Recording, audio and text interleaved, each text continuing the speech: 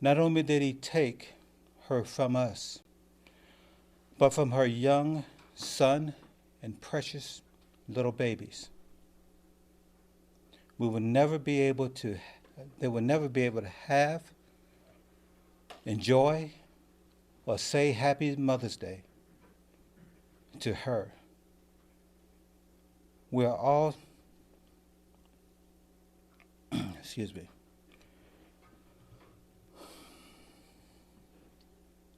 we are so grateful that through this long drawn out battle, that Nicole's children are home safe with us in Texas, and we will continue to provide for them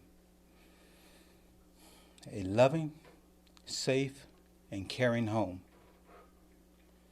I made a vow back in 2014 of March that if I was not able to bring my daughter home safely, I would do everything within my power to be a voice for Nicole and to find the person who murdered her.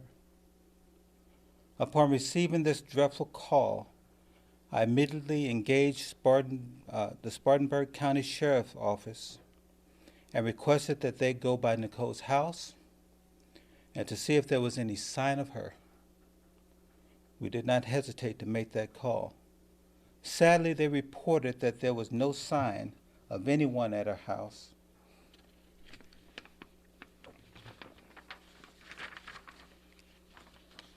That she had shared with Gerald Howard for over 6 months before she had went missing. The lead suspect in this case.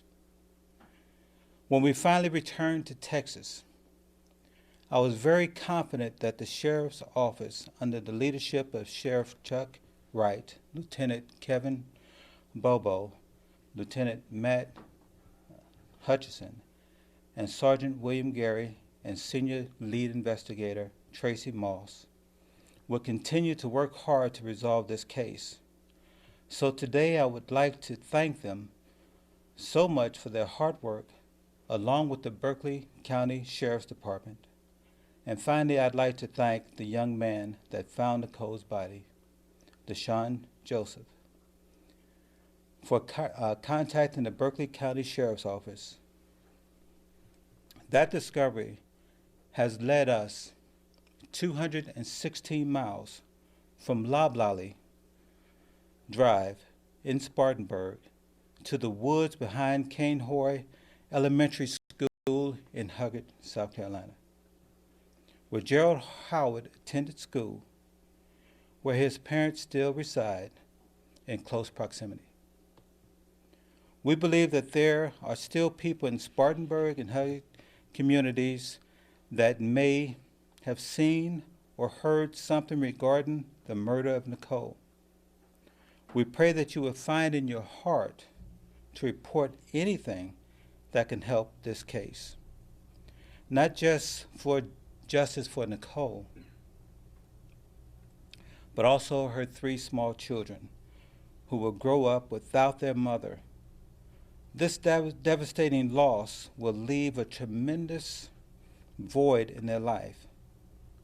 At the very least, they deserve to know what happened to their beautiful mother, who was taken away from them at the age of 28.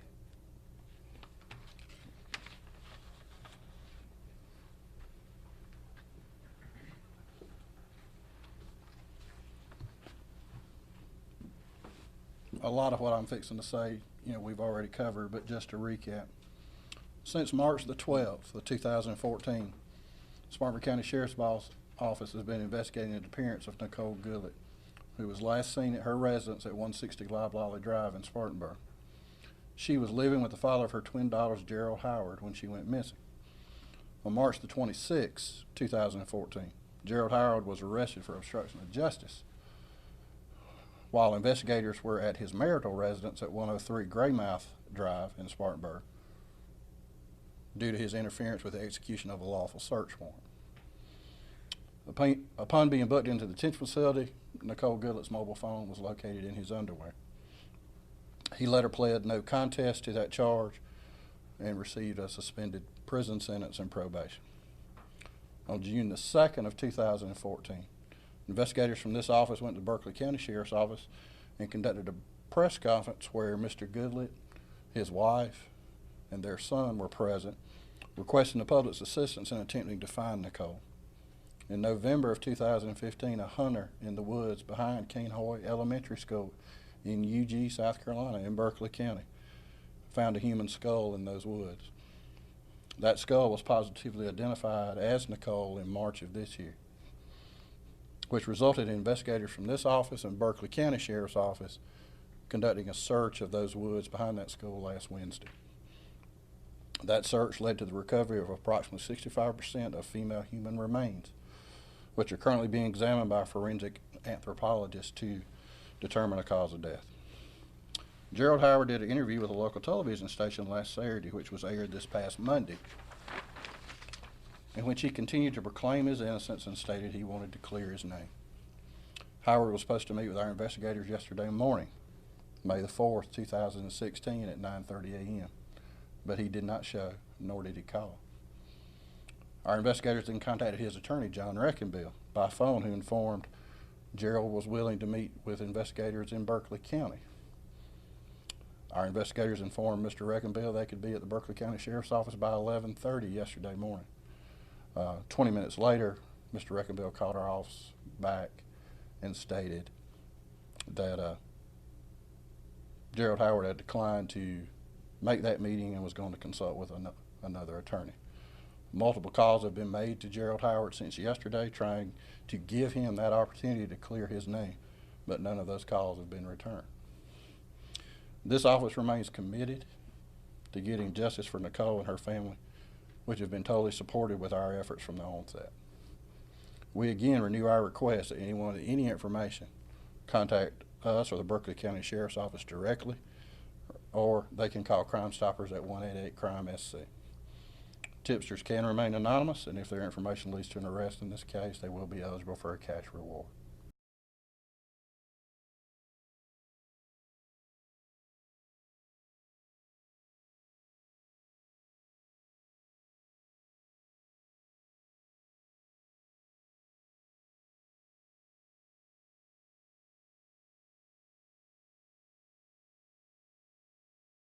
Found behind the school will push the investigation forward?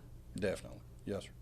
How so do you envision that? We are anxiously awaiting the report from that forensic anthropologist. Is there a timetable as to when that would be available at this point? No, sir. Yes.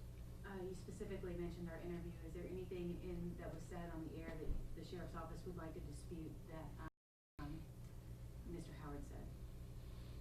In essence, his actions are speaking a lot louder than his words right now. That's the best way I know how to summarize that. Has there been an arrest warrant that has been signed? No.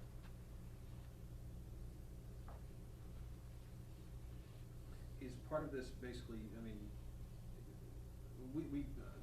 Lord knows, I think all of us have probably contacted you in various ways, shapes, and forms about this case ever since it first started. And I remember at some point you telling me, it's like, I mean, considering that he is a suspect in this case, it was one of those situations where it couldn't really be anyone else but him, but it comes down to an issue, I guess, of evidence possibly, or is it just, or that one missing piece that would actually pin him as a suspect, right? Like I said last week while our investigators were in Berkeley County, we've got a lot of pieces of the puzzle. We just need a couple more pieces to complete the puzzle. I think we're moving in the right direction. And for this family, we wish we could move faster. We wish we had more control over the pieces that need to fall into place, but we don't. And like I said, Mr. Goodlett contacted us and asked if we could make this happen today, and we were more than happy to do so. And also, like I stated to several outlets last week, we could not ask for a more supportive family of our efforts. Normally in situations like this, especially an investigation that has drug out for over 2 years, that relationship deteriorates. This one has not, and I don't foresee it deteriorating. we're just as frustrated as they are. That- But yeah. we're not gonna let our frustration curb our motivation or our efforts. Yeah, I was actually gonna ask you a little bit about the frustration. I would imagine this has been one big waiting game for you. I would imagine, right? Well, it has been a very frustrating and very hard thing to go through, but not again. We are in pain every day. This pain begins in the morning and is with us at night. Our family is hurting, and the patience that we have demonstrated is through the strength of my Lord and Savior Jesus Christ. But it is a process that I was not familiar with, but I am 100% behind, that we find out exactly what happened to our daughter, and that the person that's done this pays for what they have done. Yes, ma'am. Can you talk a little bit about Nicole, some positive personality traits about her, describe what she was like? Well, first I'd like to mention that the report that came out over on Monday was shocking to us. To allow Mr. Howard to have so free opportunity to tear down Nicole as an individual, to drag her through, her name through what he did and was allowed to do, censored in my opinion, to allow him to attack the family as he freely attacked us and made accusations that cannot be proven, and when the truth could have been easily obtained. I'm very disappointed in that report that went out. Nicole as a person, beautiful. Relationships between us were great, wonderful. She had plans. We talked about those plans. We talked about the job that she wanted to embark upon. We talked about those children. Wonderful. Her interaction with her children, outstanding. Outstanding. The grandson, every day, he was with her. The children, she provided for them the best she could. And just to see that picture where they're together shows and tells 1,000 words. You mentioned Mr. Howard. Have you had any contact with him in the last number of months? In the last few months, we've had no contact. Mr. Howard has not reached out to talk with us ever about this situation. When family court ended, the judge recommended that we would at least Skype to let him see his children. This was before any information has gotten this far.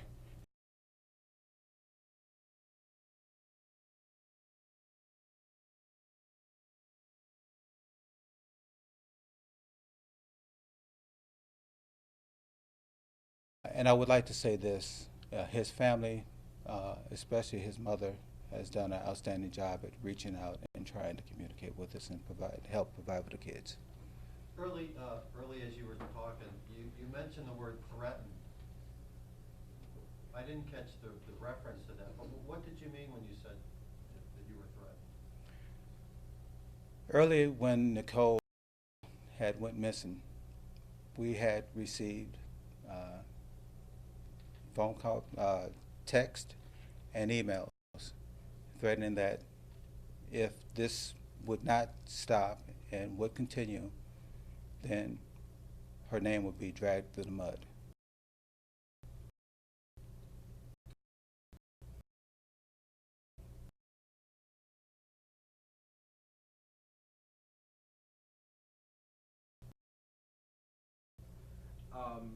And this is a question to either of you. Is it your contention that no matter what he says and no matter what he has brought up, whether it be true or not, has nothing to do with what happened to her eventually that led to her death? The investigation has led from Loblolly to Huggett, where he's from, 216 miles. I believe that it was a fair investigation. Witness or statement was looked at thoroughly by the Spartanburg County office. Derek, to follow up on your question, in essence, our opinion is he's trying to smear her to take the light off himself. That's the best way I know how to put it. And as you and I well know, this is not the first time that's been attempted. So, and nothing he has stated can be corroborated as far as threats by other individuals. By his own admission, none of that was ever reported to law enforcement. None of that can be corroborated. And when you can't corroborate it, so. To be clear here, was it Howard or someone with associated with Howard that made threats that Nicole's name would be dragged through the mud? No comment. No comment. Anybody, anything else? Is there a timeline on the forensic anthropologist? We were told this week, but I know there's no. No, ma'am, we are at their mercy at this point. And the last thing, as much as we would like to have it yesterday, we're not going to ask them to rush through anything. That's not fair to this family. That's not fair to us. It's not fair to the whole process. So. And I think we heard from you last week, but just to reiterate, the fact that she was found in his hometown is probably setting off, and probably set off way too many alarms and way too many things in the minds of investigators, right? We think it's more than a coincidence. Anything else? As I stated in my earlier email, if you could push today to your stations in the Charleston area, we would greatly appreciate it. This remains a joint investigation by our office and the Berkeley County Sheriff's Office. And we're going to exhaust any and all efforts to give this family the much needed closure they need. Kevin, I'm sorry, one more thing. So you're convinced that there's somebody out there that knows something? That's always a possibility in these type of investigations. Can I say that with 100 degrees of certainty? No. But normally in a situation like this, somebody talks to somebody, somebody says something. It could be a situation where somebody witnessed something, overheard something, dismissed it as insignificant at that time, and maybe becomes a huge red flag now. If it's that type of situation, however insignificant or minute they think it may be, we'd wish they would call and let us check it out. Okay, appreciate your time. Thank you for being here. And again, Sheriff Wright apologizes for having to go home, but he left here within the last 30 minutes. He tried to stick it out, but We saw the ride.